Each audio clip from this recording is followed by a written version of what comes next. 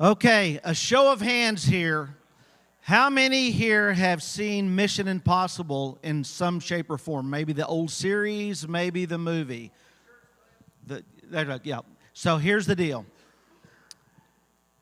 Remember the phrase where it says, you get the tape recorder or whatever, and it says, this is your mission, and if you choose to accept it, and then it goes on to say, this message will self-destruct in whatever time.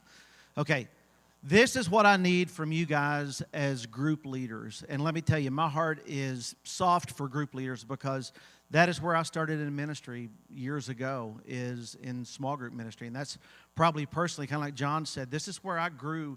When I got that one-on-one, one-on-three life together, that's where I probably grew the most in my faith. This is where I need your help, leaders. I would desire every one of our groups to have a missions advocate. This missions advocate, I'm not going to go through and read this whole paper. This is what this mission advocate will do. They will be the person that has your group, that has your group's ear and is in tune with what is happening at Council Road missionally. We will give you on-ramps to how you can get at whatever level, and we want to give multiple opportunities. I hear so many times when we talk about in our missional moments on Sunday, somebody will come off and catch me out in the foyer and say, I didn't know we did that. How long have we been doing this? How do you get involved in that? And so we want to be just a lot more intentional. We've had mission advocates for a while, but I'm ratcheting up the intentionality of it, Mackenzie and I, so we can really be all in on helping you guys understand this. And you say, well, why is it important? Well, John has talked about two of those verses already this morning. We know the Great Commission. Go therefore and make disciples of all nations, baptize them in the name of the Father and the Son and of the Holy Spirit, teaching them to observe all that I've commanded you. And behold, I'm with you always to the end of the earth. But then I think about, as I think about, you say, well, Clint, that's the kind of the method, but practically, what does that look like? And I'm always brought back to Matthew 9, again, that John talked about this morning. And it says, Jesus went throughout all the cities and villages, teaching in their synagogues and proclaiming the gospel of the kingdom, the euangelion of the kingdom. There is a kingdom that we are a part of if we are Christ followers. There is another kingdom, there's another euangelion that society tells us, a gospel, the kingdom of power and fame and money. But Jesus says there's this kingdom of shalom, of peace, of belonging. He came and sacrificed so we could be part of that kingdom and draw others into that kingdom. And that happens, that is better taught or better learned in an environment where we're together. Yes, there's the teaching is part of it, but the togetherness and having it lived out is an important part of it.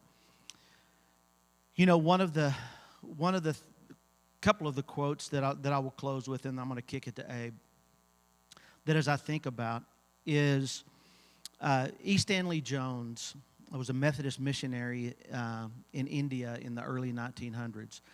And he was actually known as the Billy Graham of India at that time. His message and of how he went out and just reached people. But he did this, and he had a quote in his book that was Unshakable Kingdom and the Unchanging Person.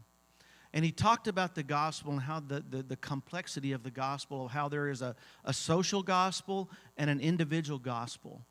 And sometimes as evangelicals, we get a little tense when we talk about the social gospel. You know, there's other denominations that talk about the doing and the giving and the feeding more. But I love how he phrases this in his book, this quote, E. Stanley Jones, and he says this: an individual gospel without a social gospel is a soul without a body.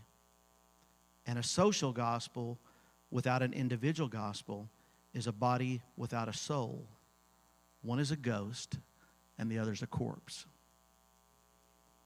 So see, it's not either or, it's both and. We see that in Jesus' model as he lived life together. He fed, he healed, he went out, he ministered, but yet he was very clear on his message of what the gospel was about and why he came. And we are to be the same way. We are to be those champions of that. And so I think it's important. So as as group leaders, my heart's desire is that each one of us, each one of your groups has a mission advocate that will work hand in hand with myself and Mackenzie to keep you informed and do all the things we're talking about. So your group will have an opportunity to live out that social gospel as well as that individual gospel in your group and in our communities. Let me leave you with this just to think about.